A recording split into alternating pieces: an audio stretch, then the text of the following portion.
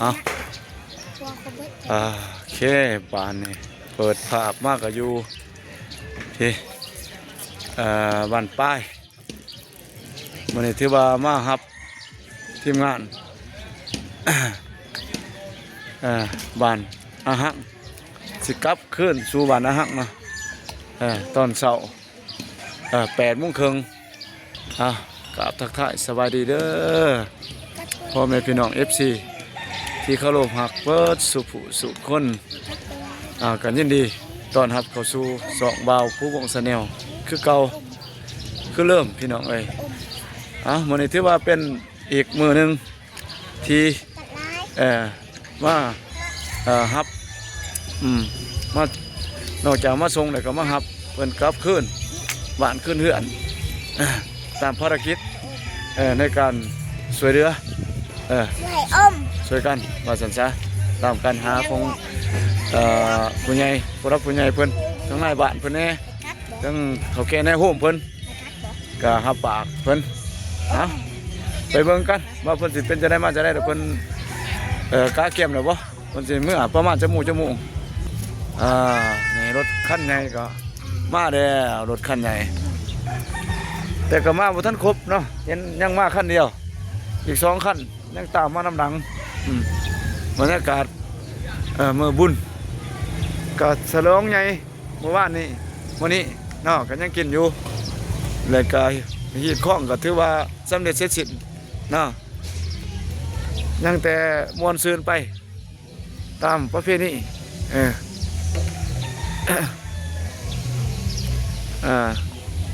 นี่ก็แม่นมานะหั่งบ่นะนอนอยู่ไสนั่งขึ้นนี่นอนร่วมกันเบิดบ่แล้วว่าย้ายไปแต่ละเฮือนน่ะย้ายไปเนาะจะโมงเพิ่นว่าสิได้มื้อน่ะเพิ่นบ่ยังบ่ทันหูเนาะเอาพาเองก็สิถ่ายให้พี่ให้น้องเบิ่งตามละแวกบ้านของเพิ่นนี่แหละว่าเพิ่นก็มีการปลูกกาแฟคือกันทั้งเขตนี่แต่ว่าเป็นกาแฟกลางกาแฟใหญ่โรบัสต้าบ่เพิ่นว่านี่ก็สวนผักสวนครัว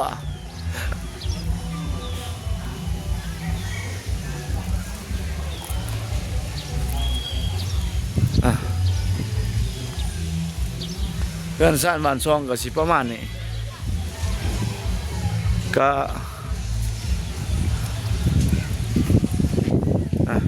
พ่อแม่พี่น้องก็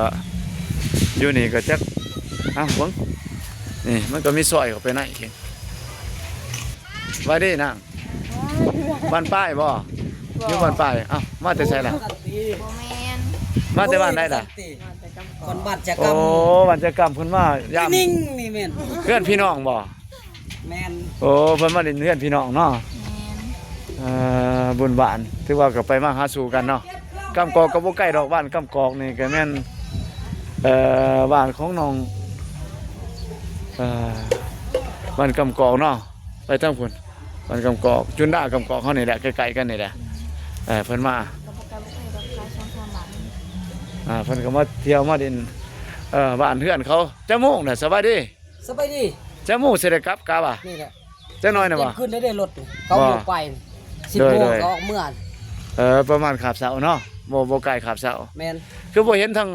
นายบ้านทั้งอันนั้นเพิ่นไปไสเด้อพุ่นสลักวันสลักวันเพิ่นบ่เจ้าเอาไปก็สิถ่ายให้เบิ่งว่าบ้านเมืองเพิ่นเป็นจังได๋ทั้งบ้านชนบททั้งพี่ก็ว่าก็พูนตั้งแต่มาเฮ็ดเวียกเฮ็ดการแต่ปี2010 2011พุ่นเคยเข้ามาเทื่อนึงก็จนลืมไปเด้อมันโดนเด้อพี่น้องเอ้ยก็เข้ามาเวียกทางหลาทางการนั่นแหละได้มาเบิ่งห้องเฮียนเพิ่นได้นี่ก็ห้องเฮียนเพิ่นก็ถือว่าถูกยุบไปแล้วพี่น้องเอ้ยไปร่วมกันกับโรงเรียนบ้านโทนมันเป็นโรงเรียนป.1 ป.3 เป็นมุ่นประถมแหละแต่ว่านักเรียนมันมีน้อยครูก็มีผู้เดียวแน่เฮ็ดเป็นห้องควบแล้วก็นักเรียนเบิดอันบ้านก็มีแต่10ปลายคนป.1 ป.3 เพิ่นก็เลยว่าเอาไปร่วมใส่กันกับบ้านอื่นอีก บ้านใกล้กันนี่แหละบ้านโทนน้อยโทนใหญ่อ่า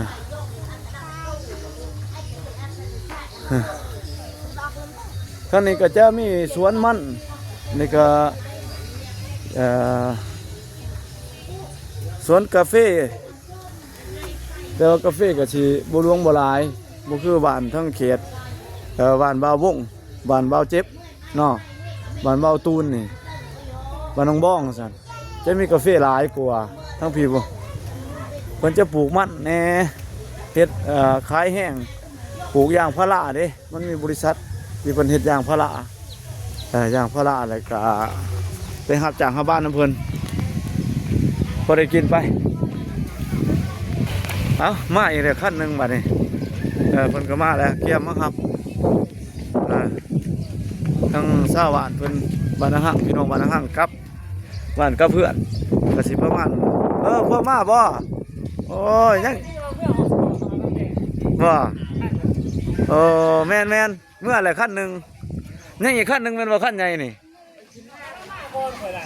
บ่นี่เด็กของไฟตัวนี้บ่โอ้อยู่ไหนพุ่นเนาะแม่น3ขั้นเลิกงานบาดนี้เวียงงานการเสริมฉลองบุญประเพณีนี่ก็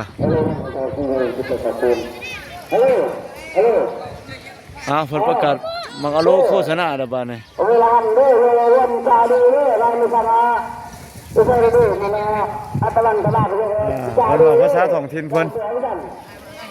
เวลาก็มาเป็นกันเรียนจาดีเรียนตัวเด้อ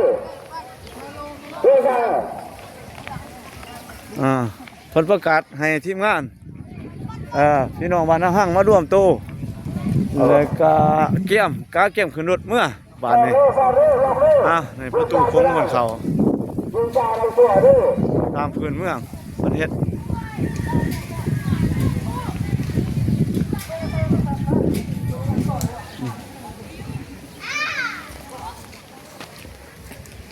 เป็นบ้านน้อยก็บ้านอาหังอีกบ้านนี้ก็สิประมาณ40หลังคาเพื่อนเวลาเฮเรียเสียใจดูเรียเสียรีเพ่งใจเรียสาวรถล่างบนรอบนชั่วดูแบบจะนาดูเด้อเป็นตารางตลาดเด้อเต็มมาเด้อเสียให้ดูเด้อผลประกาศจุดถึงคนละกาเกียมดูกินอะไรดูไปต่อตั้งดูเสียให้กระตุ้นดูเด้อไปพี่น้องไปร่วมกันอยู่พุ่นน่ะสลากวนพุ่นน่ะจุดศูนย์รวมความหักความสามัคคีกันมีเวียกมีงานทั้งบ้านเพื่อนก็ว่ากันอยู่พุ่นน่ะสลากวนพุ่นย่างไปอ้อมหอบข้าวเรียกก็เป็นชุดหวานเลยมันจะเป็นหวานบ่ใหญ่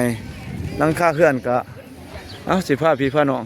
ไปเบิ่งว่าหลังคาเขื่อนเพิ่นเป็นจะได้มาจะได้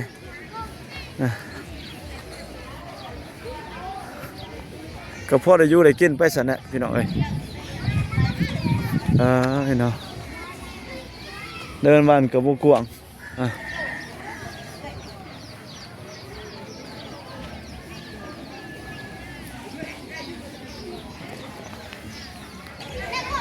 เป็นสัญลักษณ์เพิ่นเฮ็ดเป็นดิ่งเป็นลายแนวอะไรอีกบ้านนึงตามความเชื่อของเพิ่นอะไรนี่เพิ่นเอาไม้สัมไผ่ไม้ยังเอามาเฮ็ด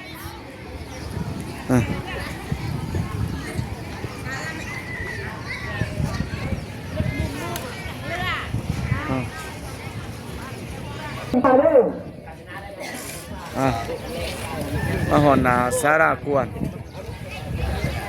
นี่ก็เพิ่นก็มาร่วมตัวกันดูพี่ร่วมตัวกันกาเกี่ยมสิกับหวานกับเพื่อนบ้านนี่โอ้เพิ่นเฮ็ดใหม่ๆได้นี่หนาทึบเลยโอ้มันใส่ยาในการมุก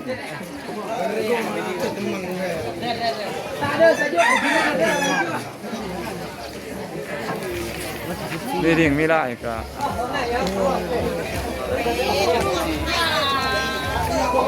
พอสะสด บ้านป้ายยุ่งใหญ่จากท้องถิ่นเมืองกรึบมาอยู่เมือง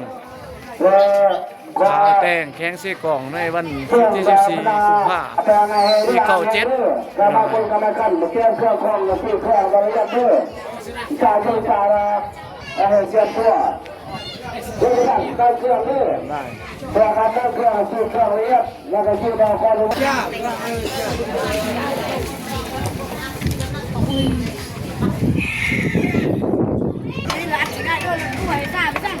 มันแต้มนี่แต้มลายงามของเพิ่นอยู่ตาม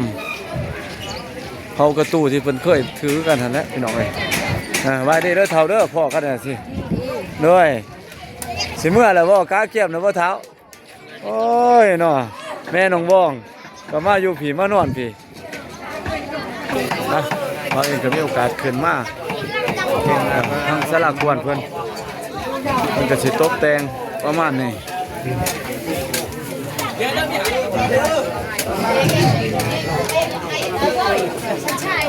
มันก็เฮ็ดแต้มเป็นสัญลักษณ์เครื่องไม้จบงามของเพิ่น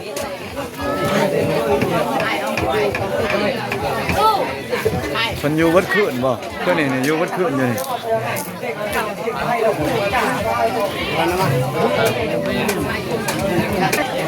เป็นเขาสามัคคีเพิ่น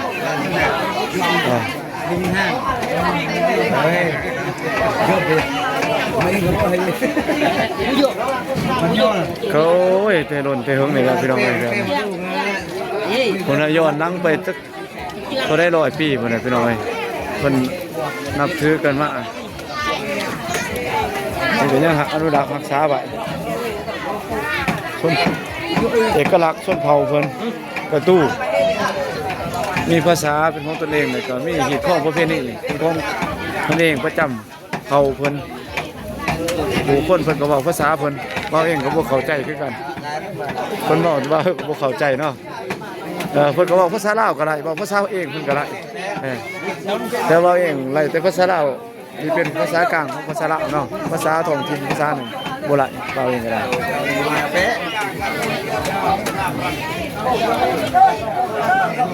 มันก็สิมอบนั่นมอบนี่ให้กันเป็นของขวัญของเครื่องของอยู่ของกินพวกก็เลี้ยงเต็มที่ตามคนเสือเสื้อมาหั่นแหละแต่ว่าอีก 2-3 ปีข้างหน้าบ่บ้านอาหังบ้านทางหนองบองมีงานกิจการ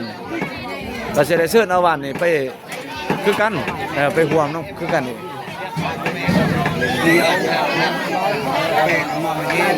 ก็เป็นจะไหลความสามัคคีเนาะตามสังเกตเห็นที่ว่ามีความสมานสามัคคีหลายคันสมมุติว่าการเฮ็ดหากันนี่เฮ็ดสิ่งปลูกสร้างเรือนซ่านบ้านช่องนี่เพิ่นก็หากันแล้วร่วมกันในบ้านนี่ไปเฮ็ดให้ผู้นั้นไปเฮ็ดให้เรือนให้ผู้นี้ช่วยเหลือกันตัวนี้ก็ถือว่าเป็นความสามัคคีเฮ็ดเวียกเฮ็ดงานทั้งหลายทั้งการก็เช่นกันทั้งข้าราชการลงมาลงซักวัคซีนบ่คันแพทย์เพิ่นก็ได้ทั้งการศึกษาก็ลงมาเผยแพร่เอกสารต่างๆนี่ก็ถือว่าแต่เพื่อพี่น้องเลยสะดวกสบายมีหยังก็หาสู่กันกินมีพักมีหยังก็กินน้ำกันจูแจว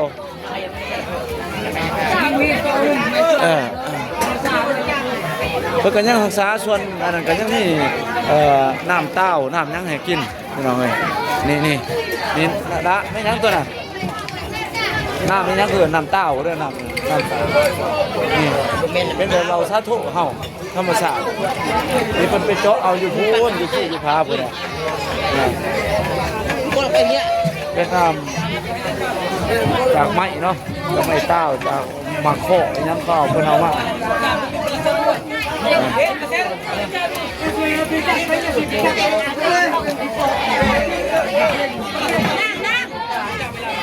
มีไฟนึงก็แต่งอยู่ขั้วกิน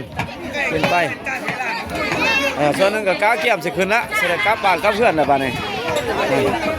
ขึ้นรถแต่ทยอยขึ้นแล้วบัดนี้มันคนจำนวนหลาย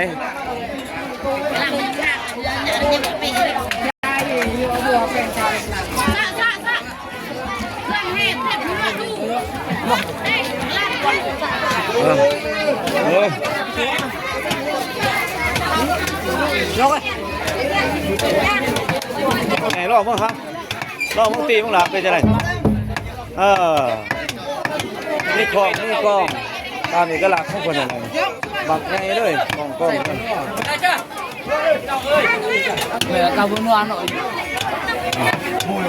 เพิ่นแทงอยู่พวกกินก็มีเนื้อกินห่วมกันเลยซอยจุซอยหยังไปเดี๋ยวแต่ผู้มากตัวนี้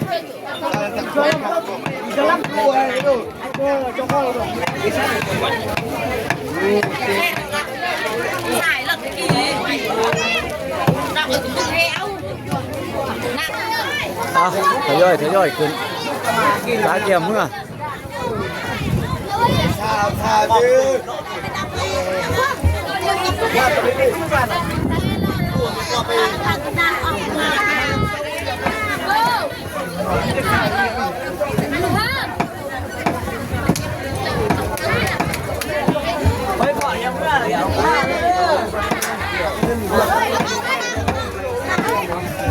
พี่ก็ขั้นหนึ่งบาทขึ้นรถขาเกียมเสด็จเมื่อแล้วดอเสด็จเมื่อแล้วบ่หันดีใจเสด็จเมื่อท่านก็ได้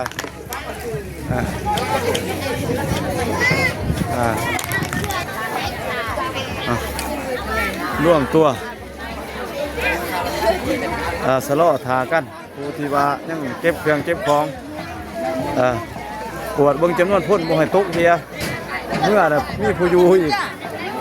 อะไรเมื่อน้ำกันเบิดสุขคนรถก็มาพร้อมแล้ว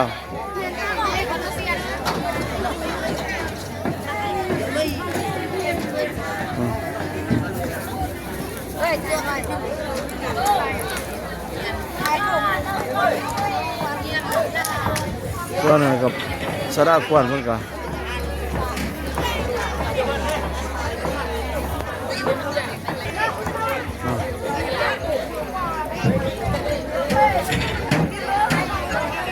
นี่ผู้เป่าแขนเนี่ยคนอยู่เทิงจอม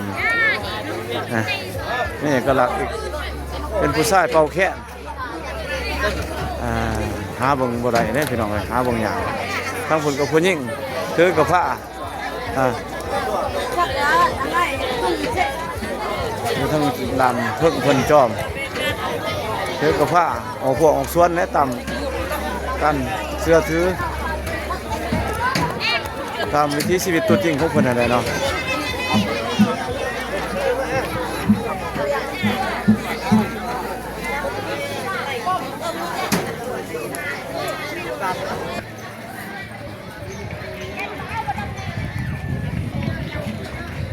เขาจะเฮ็ดหานขาน้อยๆเคลื่อนที่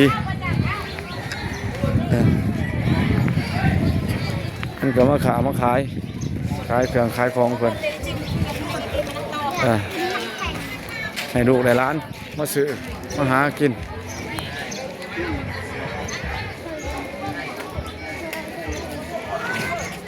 มันละลายเต้าก็ไปน้ำไผ่เงินไล่ลังโดมก็จะกำเติร์ดไปนำเรานี้มีจังมันเจ้าเยี่ยมทยอยกลับบ่ฮู้ว่าน้องอำพรกลับก่อนหรือบ่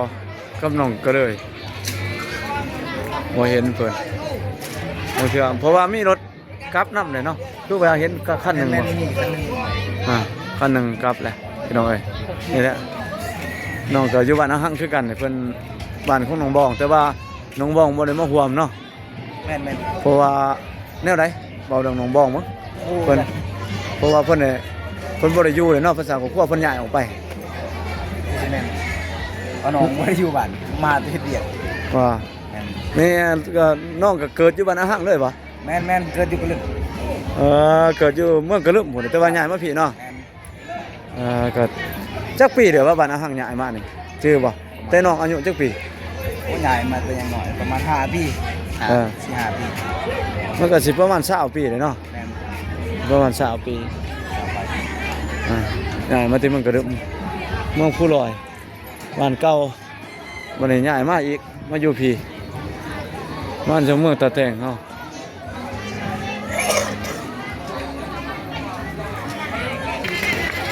โอเคบ้านนี้พี่น้องเอ้ยสิได้เมื่อแล้วบ้านนี้เพียมเพิ่นก็ขึ้นรถแล้วเราผมก็เสร็จแล้วครับพี่น้องบ้านนาห้างเฮาเขาความเสือมากก็ได้ส่งเพิ่นที่จริงเนี่ยบ่าววงก็มีเวียกว่าสิได้ไปสวนเอาฝุ่นไปใส่สวนแต่ว่าเพิ่นได้หาความเสือมากก็ได้ปะจุก่อนเดี๋ยวตัวนั้นเนาะมาช่วยกันก่อนตัวใดมันมีความจำเป็นแน่เพิ่นหาปีละเทื่อเพิ่นโอนจังได๋มาเทื่อนึงเนาะเพิ่นหาก็ว่าต้องทีมกันบ่ได้ช่วยเหลือกันพี่น้องเอ้ยเอ้าเราเองก็สิขอกราบขอบคุณขอบใจ FC ที่เขามาเบิ่งมาชมคลิปของเราผมทั้งเบิดทั้งมวลก็ขอให้สุขภาพแข็งแรงลำด้วยปรารถนาสิ่งใดก็ขอให้ได้สิ่งนั้นเนาะขอให้ทุกคน